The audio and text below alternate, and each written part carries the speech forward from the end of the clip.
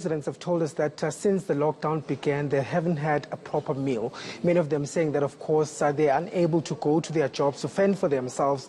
And there's a reason that's what's caused them to actually not being able to provide food for their families. So many of them telling us that, the dump site where they used to go and collect waste products, where they used to sell for recycling and make money from that, has actually now turned into a place where they actually source food to eat. So we did speak to some of the residents who showed us some of the products that they'd gone and collected from the waste dump. And of course, it's a dire situation, Shahan. Many of them saying that there are no food parcels forthcoming. They are pleased to government and the local councillors to try and provide some sort of relief for residents have also fallen on deaf ears. Let's take a listen to what one of the residents had to say about the situation she's currently in. Okoyaqala i-lockdown savaleleka apha asikwazi uba sifumane ukutya ukuze sifumane ukutya siyaphuma sihambe siyochola okubolileyo ngapha edampini uziqonde ngokwigrocery endinayo nansi ngalamazamba nalapha kwesisitya ukutya nako kumane kufika nabantu abazosiphakisa ezikota zezonke ngokwaqala i-lockdown basiphakise ezikota ndivile kule veki kupheleyo andisakhumbuli noba ngomgqibelo okanye ngolwesihlanu kusithiwa nanku upresident esiyebhoyizini eyojonga ukutya uba kupakishwe kakuhle na thina sikwazi okokutya uba kuphelele phi. Man, that is so sad to hear and see. So what's the response from the local councillor?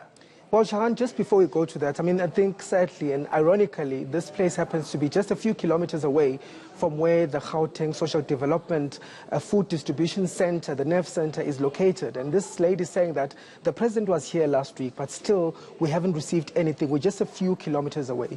And we did speak to the local councillor just to try and find out what sort of intervention they've come up with. He's told us that, of course, that his hands are tied because they've been told as local councillors not to involve themselves in issues involving food parcels. So he says he cannot do anything for the community. He's simply taken the names to the Department of Social Development and he's hoping that they will intervene soon. Let's take a listen to what he had to say.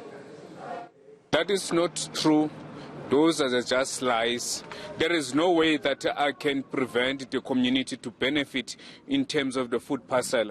In actual fact, in all 7 voting stations of my ward, then I went around the ward to put people from each voting station to have a coordinator that will collect the names of the people that can benefit from food distribution, the food parcels. But after the Premier and the MMC Panyaza, they said that all the MPLs, the officials, the councillors, the politicians, they must distance themselves from the food, any food distribution. I therefore distance myself. But the list that I've collected before, I've already submitted to social development.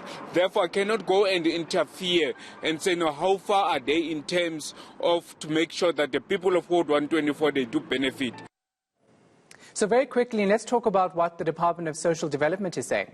Well, we spoke to the department, Shahan, and what they're telling us this afternoon is that, of course, these people will simply have to wait until their turn in the line. They say that there is a list of people, and, of course, that list, they have to go according to the list. They cannot jump the list. So they're basically saying that these residents will have to wait a bit longer, Shahan, in order to benefit from the food relief program that has been set up by government. So at this stage, there's no clear indication as to when and, these residents will actually get food.